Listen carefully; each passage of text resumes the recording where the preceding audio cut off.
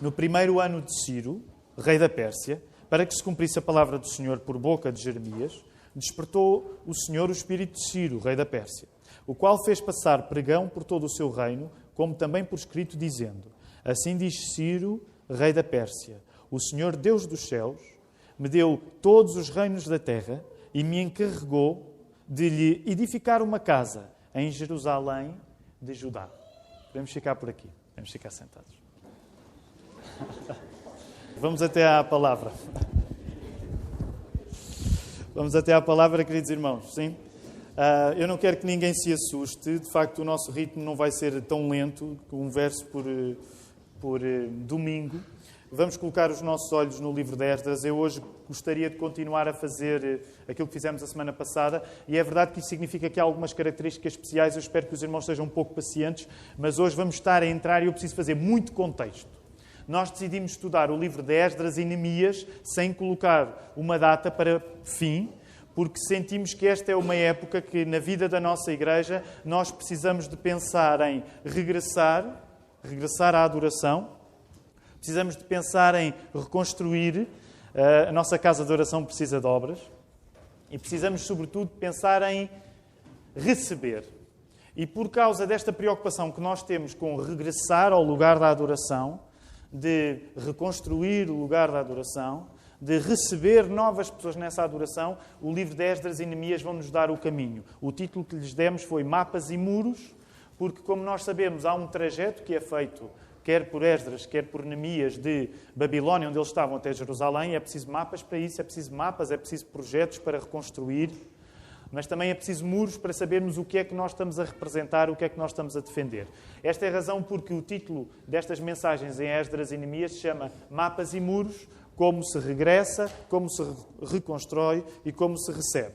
Quero apresentar e gostaria que hoje pudéssemos folhear muitas nossas Bíblias. Este é um culto protestante e então folheamos muitas nossas Bíblias, porque é isso que as igrejas protestantes sabem fazer, as igrejas evangélicas, é folhear as suas Bíblias, ler as suas Bíblias. E por isso eu hoje não vou evoluir muito, porque é preciso fazer muito contexto. Eu sei que há uma parte deste sermão que vai parecer muito como uma aula, mas, queridos irmãos, também é assim que os nossos cultos são. Como lemos a palavra, há coisas que às vezes parecem uma aula, não é? Estamos a aprender o que é que a palavra está a querer dizer. No final, ainda assim, eu gostaria de poder aplicar isto aos nossos corações, até porque sei que muitos de nós tivemos semanas complicadas. Alguns podem ter tido semanas tranquilas, mas alguns de nós estamos aqui provavelmente com uma semana muito complicada nos nossos ombros. E gostaria que o conhecimento que vamos tirar da palavra esta manhã também de alguma maneira nos pudesse valer. Vai ter de ser o Espírito Santo a fazer isso, porque eu não sou capaz de o fazer. Mas ainda assim gostava que, vamos dizer assim, ter um bocadinho de aula, mas no final que o nosso coração pudesse estar aberto a esta aula e receber alguns dos valores que o livro de Esdras traz para nós. Vamos começar pelo início, a questão da autoria. Quem é que escreveu Esdras? Quem é que escreveu Esdras? É a nossa convicção que quem escreveu Esdras foi o próprio Esdras. Originalmente, como já falei aos irmãos antes, Esdras e Neemias, folheiem lá as vossas Bíblias, já repararam que a seguir está o livro de Neemias, não é? Esdras e Neemias originalmente faziam os dois um só livro. Eram os dois um só livro. Segundo alguma tradição judaica, há quem atribua a Esdras também a autoria do segundo livro das Crónicas. Voltem umas páginas para trás. Estamos ali em Esdras. Reparem aí nos últimos versos do livro das Crónicas, do segundo livro das Crónicas. O que é que diz? O segundo livro das Crónicas, o último verso, no capítulo 36, diz assim: Assim diz Ciro, rei da Pérsia: O Senhor, Deus dos céus, me deu todos os reinos da terra e me encarregou de lhe edificar uma casa em Jerusalém, que está em Judá. Quem entre vós é de todo o seu povo, que suba, e o Senhor, seu Deus, seja com ele. O que é que significa? Que o último verso do segundo livro das Crónicas é parecido, é o mesmo lugar onde começa o início do livro de Esdras. Nós vamos estar a estudar Esdras e Neemias. Eles dois, apesar de terem a participação de dois autores diferentes, Esdras e Neemias, faziam parte do mesmo livro. Não é pelo facto de Esdras ter escrito uma parte e Neemias ter escrito outra que os dois não pudessem fazer parte do mesmo livro. Nesse sentido, é como se Esdras e Neemias fossem um trabalho de grupo. Portanto, Esdras escreveu e Neemias escreveu também. E estes são os seus autores. O tempo. É importante percebermos o tempo. Em que tempo? De que tempo é que nós estamos a falar? Em que tempo é que Esdras e Neemias foram escritos? E qual era o contexto? E eu sei que vamos ter de fazer um esforço de abstração, para nos colocarmos em épocas da história do mundo onde geralmente não pensamos muito. Talvez aqueles que cresceram numa igreja evangélica estejam mais habituados, por conta de lerem a Bíblia, a volta e meia colocarem o seu cérebro em épocas que a maior parte das pessoas não pensa muito. Então, que época é esta? Calcula-se, nós estejamos a falar nestes acontecimentos, no decreto de Ciro, por volta do ano 538 a.C. 538 a.C. Portanto, mais ou menos meio milénio antes de o Senhor Jesus nascer. Esdras e Neemias, se repararem, e para aqueles que podem já ter lido, não são escritos numa linha temporal linear. O que é que eu quero dizer com isso? Há uma seleção de factos, com saltos temporais, com saltos de calendário que são assinaláveis. Portanto, Esdras e Neemias não escrevem pensando assim, faz de conta que ele escrevia uma semana. Faz de conta que Esdras e Neemias, a ação que eles estavam a descrever durava uma semana. É muito mais que leva. Mas faz de conta que eles estavam a escrever só durante uma semana. Esdras não escrevia, hoje segunda aconteceu isto, hoje terça aconteceu aquilo, hoje quarta aconteceu... Portanto, o modo como eles organizam os factos é seletivo. Eles não falam de tudo o que aconteceu. E para vos dar um exemplo, abram, por favor, no 7º capítulo. Okay? Avancem aí um bocado. Eu disse que hoje íamos ter de folhear um bocado as nossas Bíblias. 7º capítulo. Estamos aí? No 7º capítulo do livro de Esdras. Como é que começa? Quais são as primeiras... Qual é a primeira expressão? Está aí. Passadas estas coisas. Sabem mais ou menos quanto tempo vai do passadas estas coisas, do início do capítulo 7 de Esdras, para aquilo que aconteceu no final do capítulo 6?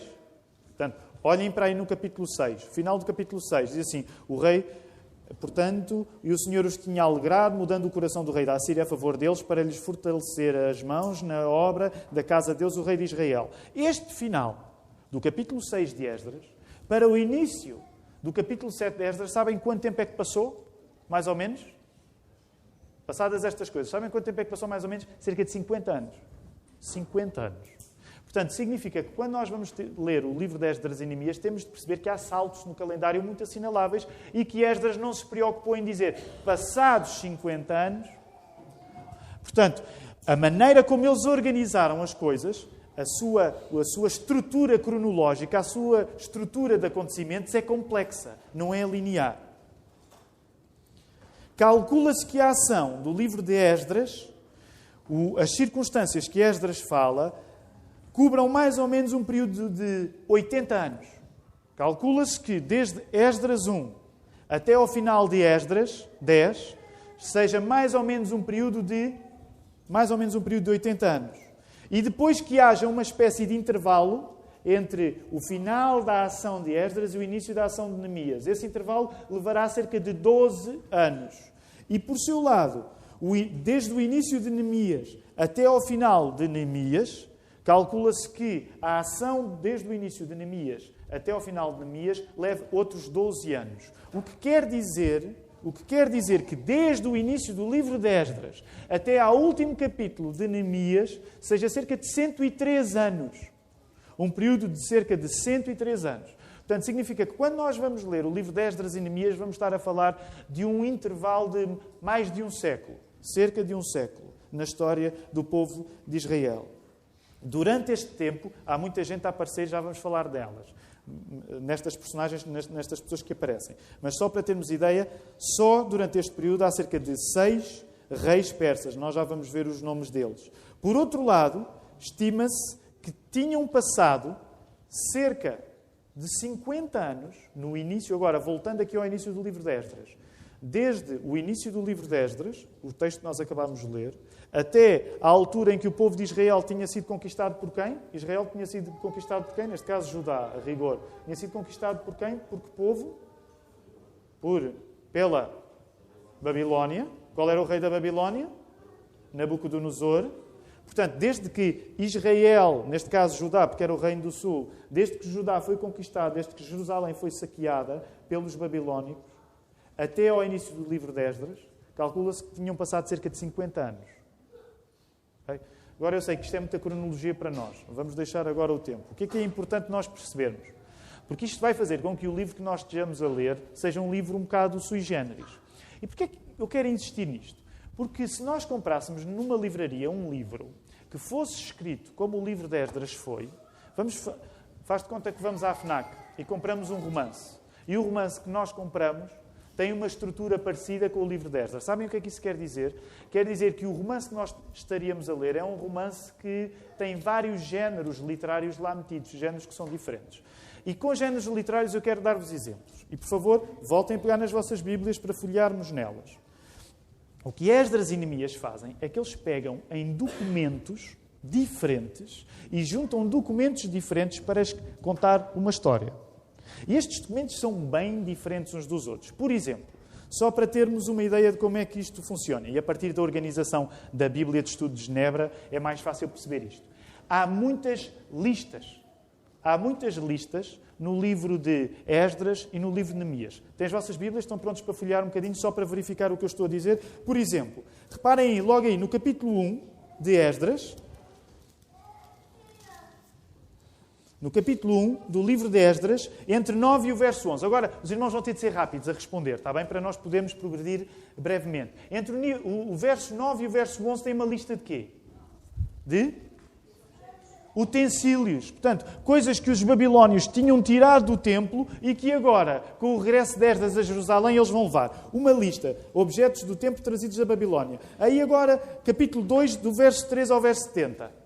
E tenho já uma má notícia para vos dar, queridos irmãos. Não sei como vai ser, mas ontem a minha filha, muito preocupada, Maria perguntou: tu vais ler as genealogias? E eu disse: vamos ler tudo. Agora reparem, meus irmãos, não é que é para depois, no final, dizermos com orgulho: lemos tudo. Agora reparem bem o domingo em que isto vai acontecer. Vai ser o domingo mais difícil da nossa vida enquanto igreja. Reparem, do verso 3 ao verso 70, o que é que está a acontecer? Eu vou ler rápido. Eu não vou ler agora, mas no domingo é que nós tratarmos disso. Do verso 3 ao verso 70, o que é que temos aí no capítulo 2 de Esdras? Temos uma genealogia, e é bem longa. Os irmãos venham com muita esperança a esta igreja, hein? Vai ser divertido. Ok, genealogia. Vamos avançar, mais uma lista. Aí, capítulo 8 do livro de Esdras, do verso 12 até ao verso 14. O que é que temos aí? 8, 12 a 14. O que é que temos aí? Uma lista de pessoas que voltaram com Esdras. Voltaram com Esdras. Portanto, 8, 12 a 14. Aliás, ainda antes, aquela primeira lista que falámos era dos exilados e agora são os líderes, nesse texto do capítulo 8. Ainda, vamos avançar mais rápido. Capítulo 10, versos 18 a 43. Temos aí uma lista de quê? Que pessoas são essas? Têm ideia? Pessoas que se tinham casado com mulheres pagãs. Agora, Neemias continua com listas. Capítulo 3, Neemias. Continuem. Vamos fazer isto depressa. Capítulo 3, Neemias. Sabem quem são? As pessoas. Que pessoas são essas? As pessoas que reconstruíram o muro. Avancem mais. Capítulo 10. Capítulo 10, 1 a 27. As pessoas que voltaram a sublinhar o quê? A fazer a sua, com Deus, fazer o quê com Deus? Uma aliança. E ainda, capítulo 11. Que lista é que temos aí no capítulo 11? As pessoas que vieram viver para Jerusalém. E última lista, já viram bem a quantidade de listas? Capítulo 12. Capítulo 12.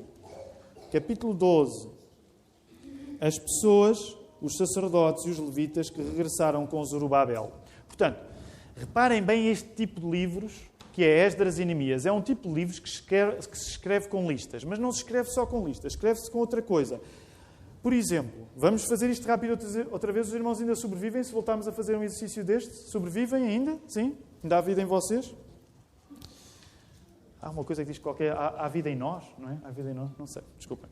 Vamos até aí outra vez. Esdras, só para vermos outro tipo de documentos que existem. 4. Esdras 4. Eu quero que os irmãos percebam este livro que nós vamos ler. Esdras 4, aí no versículo 11 a 16. O que é que os irmãos encontram aí? Esdras 4, 11 a 16. O que é que encontram aí? Força, os mais novos também podem dizer, também têm Bíblias à frente, podem dizer. Às vezes podem até ser mais rápidos que os mais velhos. O que é que temos aí? Versículo 11 ao 16. Uma carta. Sabem uma das coisas que existe no livro de Esdras e Neemias? Cartas. Qual era esta primeira carta que aparece aí? A carta de Reum Artaxerxes. Carta de Esdras 4, 7 a 12. A resposta de Artaxerxes. Nova carta em Esdras 5, 7 a 17. A carta de Tatenai a Dario. Nova carta em Esdras 6, 2 a 5. Ou melhor, neste caso era o memorando referente ao decreto de Ciro. Depois, em Esdras 6, 6 a 12, a resposta de Dario a Tatenai. E em Esdras 7, 12 a 26, a carta de Artaxerxes em favor de Esdras.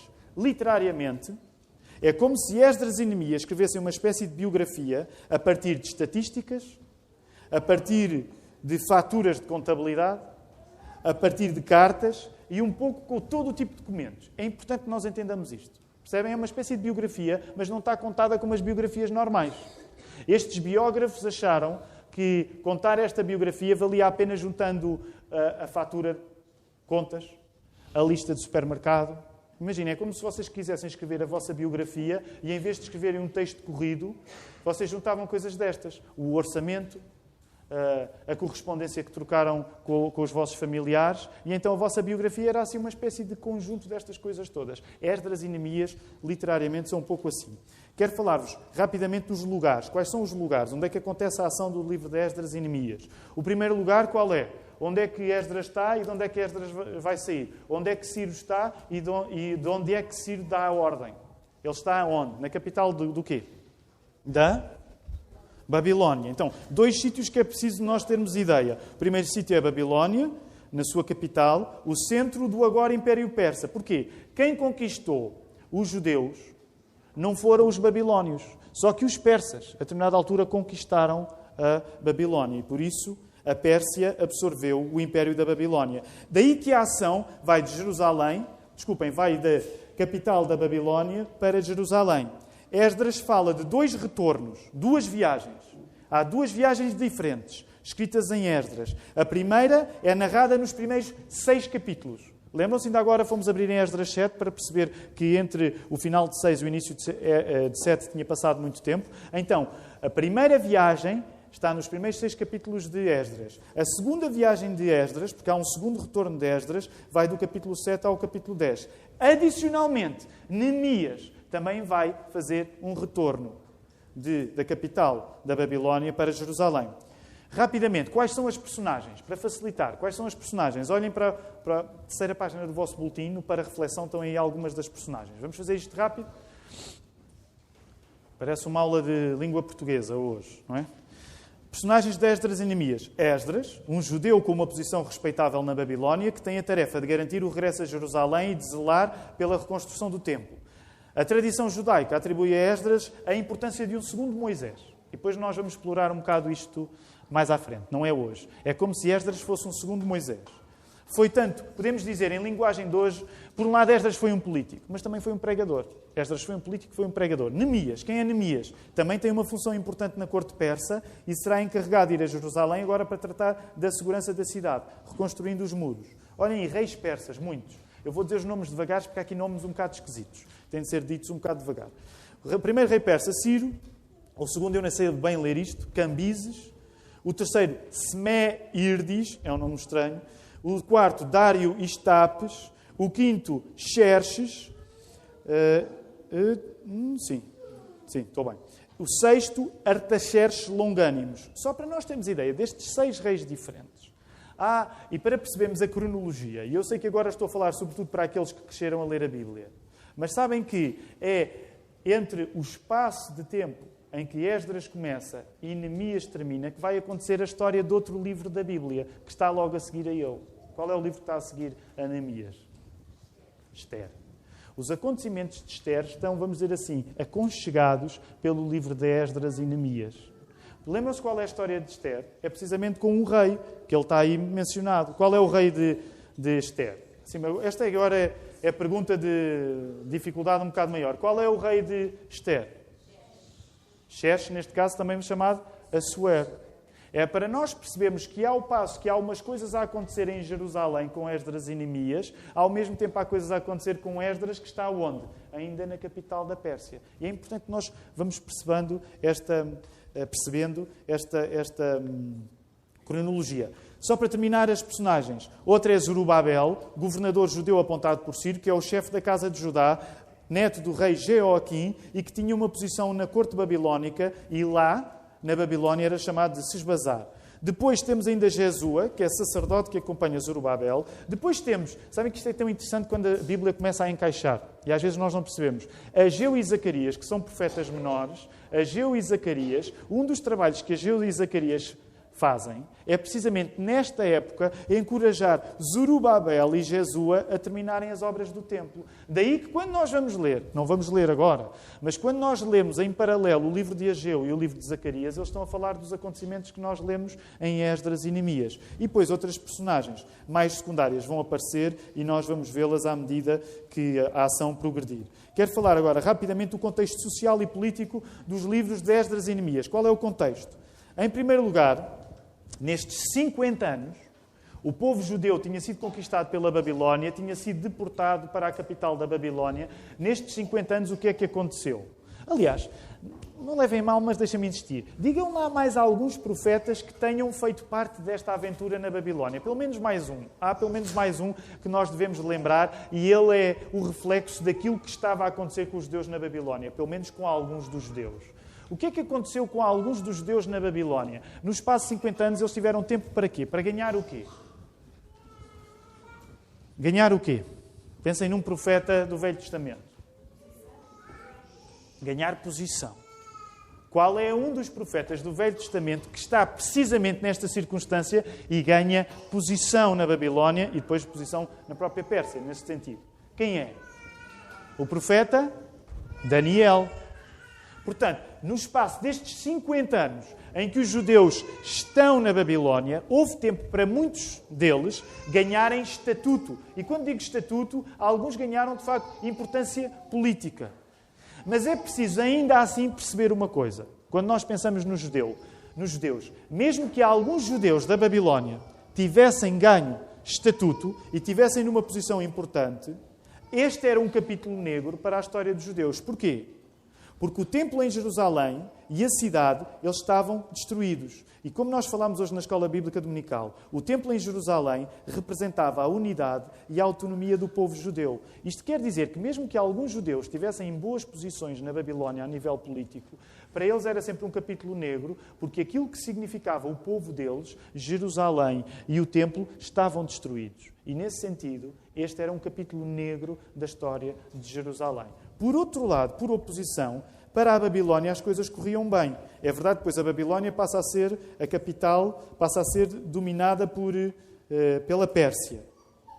Ora, isto significava que ao passo que os judeus estavam tristes, os persas estavam contentes. Os persas tinham um grande império, só para termos ideia da dimensão dele. A Pérsia, nesta altura, ia mais ou menos do Egito até à Índia. Portanto, era muito espaço. E a Pérsia estava a começar a ficar um bocado preocupada precisamente com o Egito, porque o Egito era uma potência rival da Pérsia. Reparem, o que significa que, como nós sabemos, o que é que está mais perto do Egito? Eu sei que isto agora, a geografia ainda mais complicado fica, mas o que é que está mais perto do Egito? A capital da Babilónia, a Babilónia ou Jerusalém? Jerusalém está muito perto do Egito. O que significa que Jerusalém também tivesse uma importância geoestratégica importante para os persas. Ora, os persas tinham uma diferente dos babilónios que tinham acabado de conquistar. É que os babilónios eram muito brutos e violentos na maneira como dominavam os outros povos. Os persas eram mais evoluídos. Então o que é que eles faziam? Os persas concediam alguma autonomia aos povos que dominavam. Ao contrário de terem a violência da Babilónia, os persas davam alguma autonomia. Por isso mesmo é que Esdras e Neemias podem regressar à sua terra e reconstruir a sua terra, porque esta era a maneira como os persas dominavam. Então, por um lado, o capítulo é negro para os judeus, porque não tendo eles acesso a Jerusalém e estando o templo destruído, eles olhavam para eles e diziam assim: então, se nós somos filhos da aliança que Deus fez connosco e Deus assinou esta aliança com o rei. Qual é o rei com quem Deus assinou esta aliança, que vimos ainda hoje na escola dominical? Com o rei David, sem medo. Se Deus fez uma aliança com o nosso povo judeu, assinada com o rei David, e se a dinastia de David até está a continuar, nós percebemos que Zorobabel é da família de David, Mas se nós não temos acesso ao nosso templo, se nós não temos acesso à nossa cidade, o que os judeus naquela altura perguntavam é: Deus esqueceu-se de nós? Deus prometeu-nos uma coisa e agora não vai cumprir? Por isso mesmo, um dos livros mais difíceis de toda a Bíblia é escrito nesta altura, que é chamado Lamentações de Jeremias, em que Jeremias se lamenta, porque a destruição de Jerusalém é uma pergunta de: Deus, esqueceste de nós? Então o que prometeste a David ficou sem efeito? Nesse sentido, esta é uma altura negra para a história dos judeus.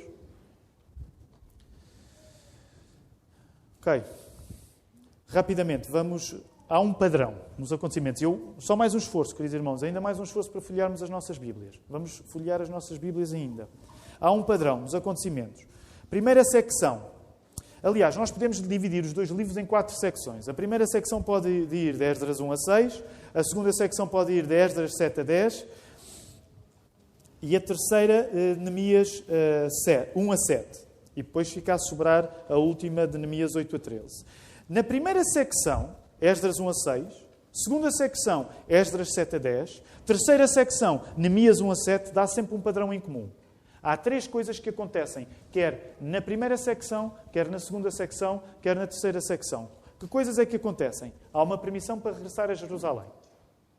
Há uma permissão para regressar em Jerusalém. Segunda coisa que acontece, aparecem o quê? Aparecem o quê? Tentem lá adivinhar, aqueles que já leram o livro. Há uma permissão para regressar a Jerusalém e o que é que a seguir acontece? Aparecem quê? Obstáculos. Aparecem obstáculos. Qual é a última parte? Os obstáculos são vencidos. Mas é importante que nós entendamos isto quando estamos a ler Esdras e Neemias. Primeira secção de Esdras, segunda secção ainda de Esdras, terceira secção, cerca de metade de Neemias, acontece sempre isto. Deus manda regressar, existem problemas e os problemas são superados. Curiosamente, só a última parte de Neemias foge a este padrão. E a última parte de Neemias demonstra como é que a nossa obediência deve acontecer na vida rotineira de um povo. E é aqui que eu quero aproximar-me do final desta mensagem, queridos irmãos. Porque há aqui um aspecto que eu queria ligar à nossa vida brevemente ainda hoje. O final de Neemias, 8 a 13, é diferente.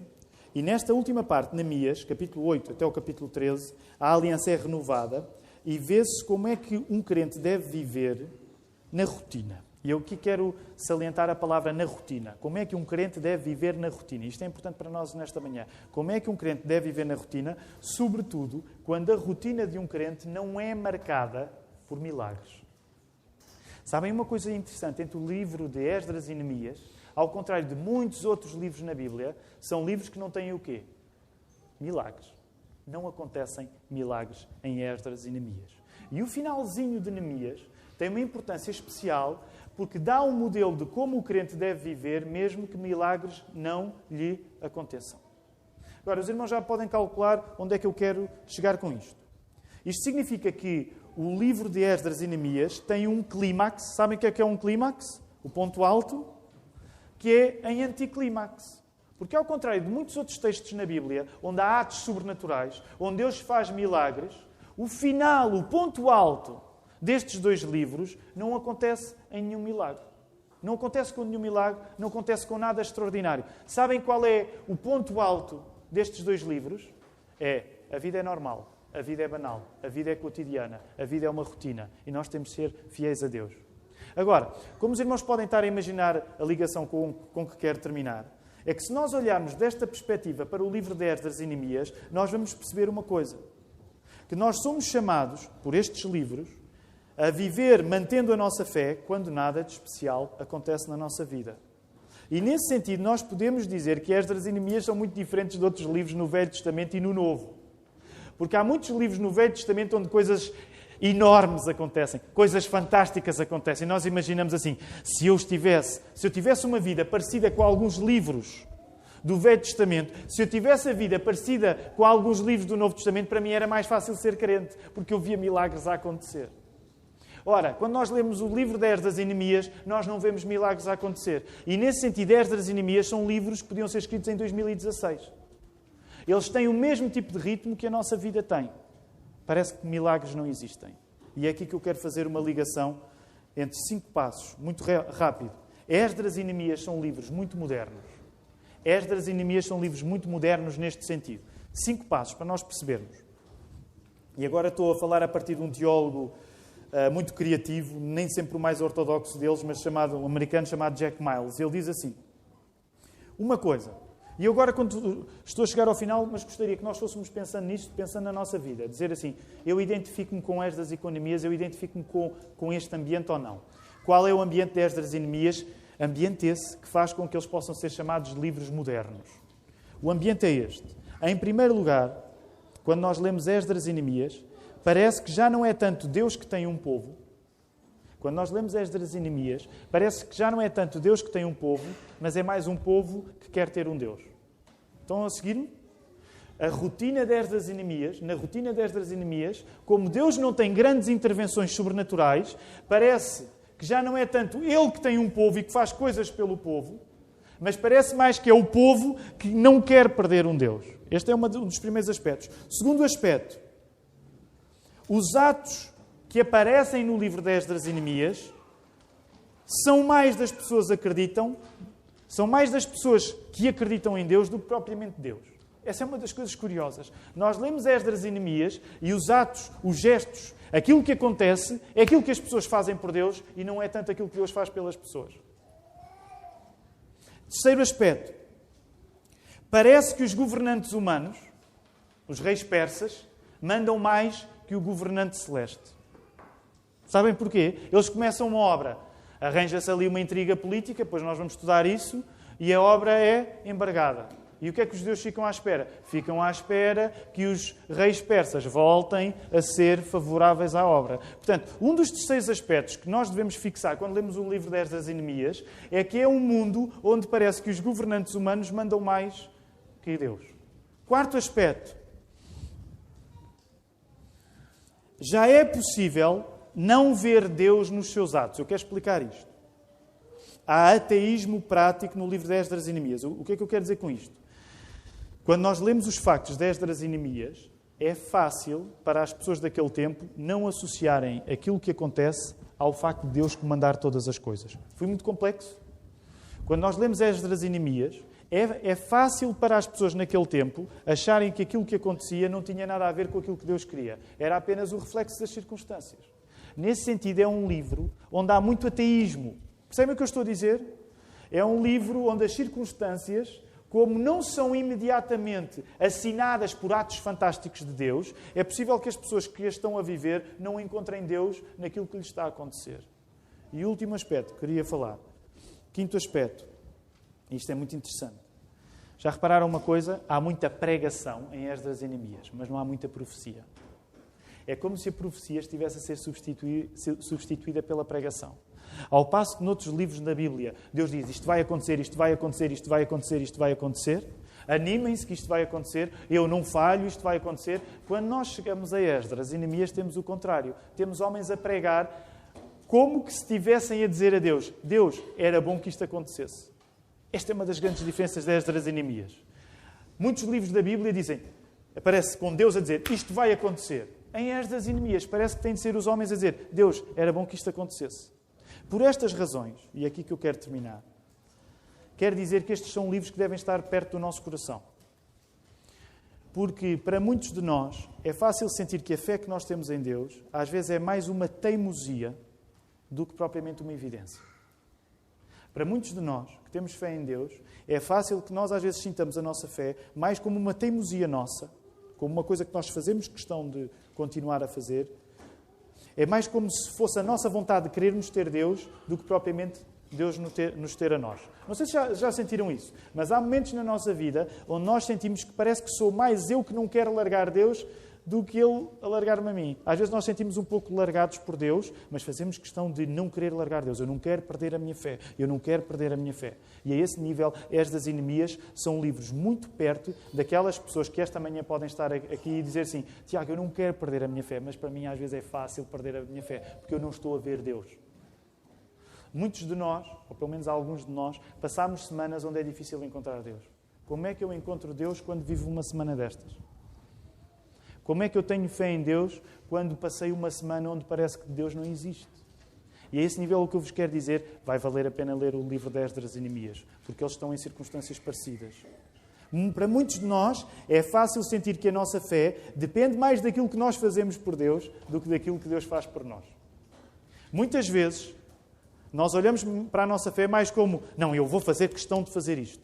Eu vou fazer questão de fazer isto. E às vezes vivemos a nossa fé como, eu não posso deixar de fazer isto por Deus.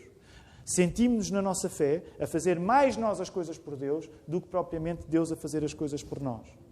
Para muitos de nós é fácil sentir que a nossa fé depende mais do que o Governo nos permite do que daquilo que Deus nos permite. Isso deixem-me dizer na nossa rotina da vida e da Igreja. Quando nós pensamos acerca da nossa liberdade política, da nossa liberdade religiosa, às vezes a nossa rotina é mais marcada com aquilo que os governos permitem do que propriamente por aquilo que nós sentimos que Deus governa e que está acima de qualquer coisa. Não é? Para nós que somos protestantes, ficamos muito dependentes da lei da liberdade religiosa. E de repente é como se as leis, como se a condução dos acontecimentos estivesse mais nas mãos dos homens do que nas mãos de Deus. É fácil sentir que a nossa fé é mais um ato de nós contrariarmos o facto de que o mais fácil é não acreditar. Vou voltar a repetir. Muitas vezes é fácil que a nossa fé seja mais esta teimosia. Não, eu vou fazer questão de continuar a acreditar apesar dos factos. Muitos de nós que estão aqui passamos uma semana difícil porque nos sentimos assim. Eu faço questão de continuar a acreditar mesmo quando parece que os atos, mesmo quando parece que aquilo que me aconteceu durante esta semana só me diz uma coisa. E a coisa que me diz é que Deus não existe. Mas eu vou fazer questão. Não é? Muitos de nós sentimos assim. E para muitos de nós é muito mais fácil nós sentirmos a depender das pregações do que das profecias. Eu sei que há igrejas que conseguem fazer coisas mais divertidas do que eu consigo. Não é? Eu não sou propriamente um pregador que chega aqui com profecias. E eu sei que estar no vosso lugar não é fácil. Porque ser cristão, dependente das pregações que ouvimos, às vezes é um grande sarilho. Às vezes as pregações não nos dizem muito, mas deixem-me dizer, as pessoas que viveram os acontecimentos de Esdras e Neemias estão no vosso lugar também. Eles foram fiéis, não tendo profecias fantásticas, mas ouvindo sermões. E nesse sentido, aquilo que nós estamos a viver é muito parecido com o livro de Esdras e Neemias. Nós afirmamos a nossa dependência de Deus, mas uma grande parte nós sentimos a depender de nós próprios. Eu vou terminar aqui. E agora podem dizer, Tiago, não nos estás a dar grande esperança. E eu espero que esteja. A minha oração nesta manhã é que, se estamos a passar por períodos da nossa vida onde a nossa fé parece mais eu teimar do que eu sentir e eu saber, lembrem-se de uma coisa, não estamos num lugar estranho. Se estamos a viver na nossa vida momentos onde a minha fé parece mais eu insistir contra factos, o que eu te quero dizer esta manhã é que tu não estás num lugar estranho. Esdras e Neemias estiveram no mesmo lugar onde tu estás. Portanto, aquilo que Esdras e Neemias viram a acontecer também é aquilo que nós podemos ver a acontecer. Para podermos regressar, para podermos reconstruir, para podermos receber, é normal que muitas vezes nos sintamos num mundo onde milagres não acontecem. Mas o mundo onde aparentemente os milagres não acontecem, e eu acredito nos milagres de Deus, eu acredito que milagres acontecem. Mas uma coisa eu sei, e é só com isto que eu quero terminar. Mesmo no mundo onde parece que milagres não existem, Deus é fiel. Mesmo no mundo onde parece que milagres não existem, Deus é fiel. Como é que eu sei disso? Porque Esdras e Neemias são muito claros a dizê-lo. A Bíblia não nos quer enganar, a dar-nos a ideia de que tu só podes acreditar em Deus quando vês milagres a acontecer. Se a Bíblia quisesse que a nossa fé dependesse de ver milagres a acontecer, Esdras e Neemias não estavam na Bíblia. Se a Bíblia quisesse que eu só acreditasse quando vejo coisas extraordinárias a acontecer, o livro de Esdras e Neemias não estavam na Bíblia. Mas a Bíblia quer que eu continue a acreditar, mesmo quando os milagres não acontecem. E é por isso que nós vamos ler estes livros. Pode ser que até vejamos milagres a acontecer, mas isso eu não vos posso garantir, porque não sou profeta, sou apenas pregador. Mas uma coisa eu sei, Deus trabalha mesmo quando parece que não está a trabalhar. Deus trabalha mesmo quando parece que não está a trabalhar. Que Ele nos ajude.